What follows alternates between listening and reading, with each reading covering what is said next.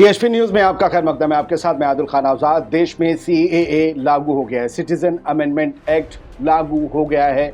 सरकार ने आज इसका नोटिफिकेशन जारी कर दिया है। राष्ट्रपति से इस कानून को मंजूरी मिल गई है। 2019 में यह कानून लाया गया था। 2019-20 से ही इसके खिलाफ विरोध शुरू हो गए थे। शाहीन बाग बना था, शहर शहर शाहीन बाग बने थे, और उसके बाद कोरोना आया तो ये ठंडे बस्ते में चला गया। विपक्ष ने तंज करते हुए पूछा वो जो सीएए ला रहे थे क्या हुआ? सरकार ने कहा ये रहा। लोकसभा चुनाव से एंड पहले सीएए का शिगुफा बाहर आ गया है, बल्कि अब तो ये लागू हो गया है। और सरकार ने जो कहा है वो आप जान लीजिए, वो ज्यादा बेहतर होगा। फिर उसके बाद किसने क्या कहा है वो भी मैं आपको जल्दी बताऊंगा। नोटिफिकेशन जो जारी हुआ है उसमें सीएए के मुद्दे हैं। सरकार ने कहा है कि नागरिकता संशोधन अधिनियम 2019 यानी कि सीएए 2019 का जो कानून है, भारत के 3 पड़ोसी देशों से धार्मिक आधार पर प्रताड़ित होकर भारत आए शरणार्थियों को, जिन्होंने 31 दिसंबर 2014 से पहले भारत में शरण मांगी थी, उनको भारत की नागरिकता देने का अधिकार है, कानून है, अधिकार देने का कानून है। ठीक है। 3 देश कौन से हैं? अफगानिस्तान, पाकिस्तान और बांग्लादेश। पाकिस्तान और बांग्लादेश तो भारत का हिस्सा हुआ करते थे 47 से पहले, तो वहाँ के रहने वाले तो हमारे ही हुए।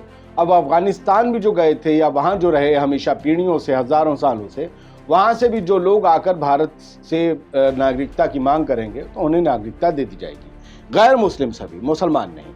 6 माइनॉरिटी कम्युनिटी, उन देशों की माइनॉरिटीज, पाकिस्तान, बांग्लादेश और अफगानिस्तान में मेजॉरिटी मुसलमानों की है। वहाँ की माइनॉरिटीज जो 6 माइनॉरिटीज हैं, कौन कौन सी? हिंदू, सिख, बौद्ध, जैन, पारसी और ईसाई। ये लोग जब भारत के इस कानून के तहत नागरिकता मांगेंगे सीएए के तहत, तब उन्हें जांच की जाएगी। बाकायदा एक पोर्टल पर ये ऑनलाइन अप्लाई करेंगे, जांच होगी। ऐसा तो नहीं है कि कहीं उस देश के परेशान हाल लोगों की शक्ल में कोई जासूस पाकिस्तान, बांग्लादेश, अफगानिस्तान ने हमारे देश में भेज दिया। जब जांच में हमारे देश की एजेंसियां मुतमईन हो जाएंगी तब जाकर इन लोगों को नागरिकता दी जाएगी। प्रमुख मुद्दे क्या हैं? पुनर्वास और नागरिकता की कानूनी बाधाओं को दूर करता है। कानून दशकों से पीड़ित शरणार्थियों को सम्मानजनक जीवन देता है। नागरिक अधिकार से उनके सांस्कृतिक, भाषिक, सामाजिक पहचान की रक्षा होगी। और भी ना जाने कितनी बातें हैं। सरकार ने यह भी साफ किया है कि अच्छा हाँ, एक और साथ ही आर्थिक, व्यावसायिक, फ्री मूवमेंट और संपत्ति खरीदने जैसे अधिकार सुनिश्चित होंगे।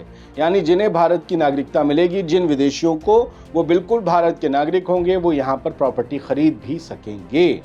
साथ ही अब नागरिक संशोधन कानून के तहत कई संदर्भ में कई गलत फहमियाँ फैलाई गई हैं, सरकार ने कहा है। और वो गलत फहमियाँ दूर करते हुए जो सरकार ने कहा है वो बड़ा अहम है, सुनिएगा।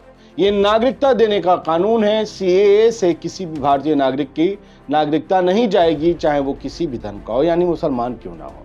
वहाँ 3 देशों से आने वाले मुसलमानों को नागरिकता तो नहीं मिलेगी, लेकिन भारत में रहने वाले भारत के नागरिक मुसलमानों की नागरिकता नहीं जाएगी। ये कहा गया है प्रमुखता से, क्योंकि यही पिछली बार जो प्रोटेस्ट हुए थे, यही कहा जा रहा था कि भारत के लोगों से कहा जाएगा, मुसलमानों से अपने कागज़ दिखाओ, जो बेचारे पढ़ लिख नहीं पाते। सच्चर कमेटी की रिपोर्ट जो बताती है कि दलितों से भी बदतर हालात में रहते हैं जो मुसलमान इस देश के, वो कहाँ से अपने कागज़ों को मुकम्मल रख पाएंगे? वो कागज़ पेश नहीं कर पाएंगे तो डिटेंशन सेंटर में डाल दिए जाएंगे। उसके बाद इस देश से किसी समंदर में, किसी जजीरे पर, काले जजीरे पर वो डिपोर्ट कर दिए जाएंगे। ये सारी बातें जब हुई थी, ये सारे आरोप जब सरकार पर लगे थे, तब लोग सड़कों पर निकल आए थे। सरकार की मंशा क्या है वो सरकार इस कागज से बताने की कोशिश कर रही है, लेकिन लोगों के डर जो दिल में था, क्या वो पूरी तरीके से निकल गया है? फिलहाल जगह जगह चौकसी बरती जा रही है। इस कानून को लागू करते ही कई जगह मार्च भी हो रहे हैं। साइबर टीम्स पूरी तरीके से अलर्ट हैं। कहीं कोई प्रोटेस्ट फिर से खड़ा करने का मैसेज तो सर्कुलेट नहीं हो रहा है। सरकार कहती है कि यह कानून सिर्फ उन लोगों के लिए जिन्होंने सालों साल जुल्म सहा, उत्पीड़न सहा, और जिनके पास दुनिया में भारत के अलावा जाने के लिए कोई दूसरा मुल्क नहीं है। जयराम रमेश, कांग्रेस के बड़े नेता, उन्होंने कहा कि दिसंबर 2019 में संसद द्वारा पारित नागरिकता संशोधन अधिनियम के नियमों को अनुसूचित करने में मोदी सरकार को 4 साल और 3 महीने लग गए। प्रधानमंत्री दावा करते हैं कि उनकी सरकार बिल्कुल प्रोफेशनल ढंग से और समयबद्ध तरीके से काम करती है। सीएए के नियमों को अधिसूचित करने में लिया गया इतना समय प्रधानमंत्री के सफेद झूठ की एक और झलक है। नियमों की अधिसूचना के लिए 9 बार एक्सटेंशन मांगने के बाद घोषणा करने के लिए जानबूझकर लोकसभा चुनाव से ठीक पहले का समय चुना गया है। वाह, बरखुरदार। ऐसा स्पष्ट रूप से चुनाव को ध्रुवीकृत करने के लिए किया गया है। विशेष रूप से असम और बंगाल में ये इलेक्टोरल बॉन्ड घोटाले पर सुप्रीम कोर्ट की कड़ी फटकार और सख्ती के बाद हेडलाइन को मैनेज करने का पर्याय ही प्रतीत होता है। कितनी सख्ती से आज सुप्रीम कोर्ट ने एसबीआई से कहा, अबे कागज तो देने ही पड़ेंगे। अब वो हेडलाइन और वो बहस चल रही थी, लेकिन अब उसके बीच सीएए आ गया। आप मान लीजिए अगर कोई भी प्रोटेस्ट करता है, खासतौर से इस देश के मुसलमान, तो वो भाजपा और मीडिया के लिए फायदा ही होगा। हमारे देश का गिद्ध और ज़ॉम्बी मीडिया चाहता ही ये है कि इस देश का मुसलमान सड़कों पर आ जाए और फिर उन पर लठ बरसती हुई तस्वीरें वो दिखाएं और इस देश का कट्टरपंथी गैर मुसलमान उन्हें देखकर खुश हो और अमुक पार्टी को वोट दे। खैर छोड़िए, भाजपा ने कहा है, जो कहा सो किया। मोदी सरकार ने नागरिकता संशोधन कानून सीएए की अधिसूचना जारी कर पूरी की अपनी गारंटी। लेकिन इसी मोदी सरकार ने, प्रधानमंत्री मोदी ने 2022 तक हर भारतीय के सर पर छत देने का वादा किया था। जो किया, जो कहा वो सो कहां किया। इसी मोदी सरकार ने और इसी सरकार के प्रधानमंत्री ने क्या कहा था, 2 करोड़ जॉब सालाना, और हमारे देश का नौजवान जा रहा है रूस और यूक्रेन, इजराइल, जहां जंग छिड़ी हुई है रोजगार करने। जो कहा सो कहां किया। खैर जो भी है, हेडलाइंस देख लीजिए। राजनीति है, कुछ भी कहा जा सकता है। देश भर में लागू हुआ सीए। मोदी सरकार ने जारी किया नोटिफिकेशन। 3 देशों के गैर मुस्लिम शरणार्थियों को मिलेगी नागरिकता। आज से ताता थैया मीडिया शुरू। हिंदुस्तान ने लिखा, लागू हो गया सीएए। मोदी सरकार का बड़ा छोटा ऐलान मोदी सरकार कहां करती है। मोदी सरकार का बड़ा ऐलान, मोदी सरकार का बड़ा फैसला, मोदी सरकार का mega stroke, master stroke, head master stroke, principal stroke केंद्रीय गृह मंत्रालय ने जारी किया नोटिफिकेशन। मोदी सरकार कुछ छोटा काम करती है, आप बताओ ना।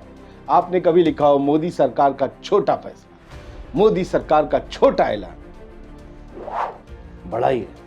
अब तो बड़ा कहना, बड़े को साइलेंट कर दो। अंडरस्टूड होना चाहिए, जो कुछ मोदी सरकार कर रही है वो बड़ा कर रही है।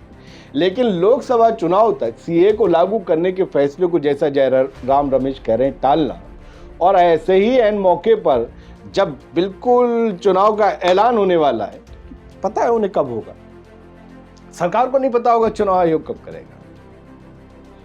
अच्छा, हो सकता है मुझे ना पता हो। खैर, तो जब चुनाव का ऐलान होने वाला हो 2, 4, 5 दिन, 7 दिन में, हो सकता है नहीं पता होगा, मुझे पता है, तब तक ये ऐलान हो जाना, कानून लागू हो जाना, अपने आप में कई सवालों को खड़ा करता है। सवाल तो ये है, क्या अयोध्या में बन रहे राम मंदिर से काम नहीं चल रहा था? कुछ नेताओं ने यही सवाल उठाया है। क्या राम मंदिर अकेले वोट नहीं दिलवा पा रहा था, जिसकी वजह से सीए को भी लाया गया? या फिर सुप्रीम कोर्ट जिस तरीके से सख्ती दिखा रहा है इलेक्टोरल बॉन्ड वाले मामले में, उसे कवर अप करने के लिए कि भैया इतनी दौलत कहां से लाए, सीमा पार से किसी ने भेजी है, इलेक्टोरल बॉन्ड से तो पता नहीं चल रहा, बताओ किसने दिए हैं, कितने दिए हैं, पता तो चले कि कहीं देने वाले के हक में कुछ फैसले तो नहीं लिखे गए हैं, कुछ कॉन्ट्रैक्ट तो नहीं लिखे गए। जब ये सारी बात हो तो सीए आ गया, लागू हो गया। अब सारी बहस सब डाइवर्ट, समझ रहे हैं, समझते रहिए।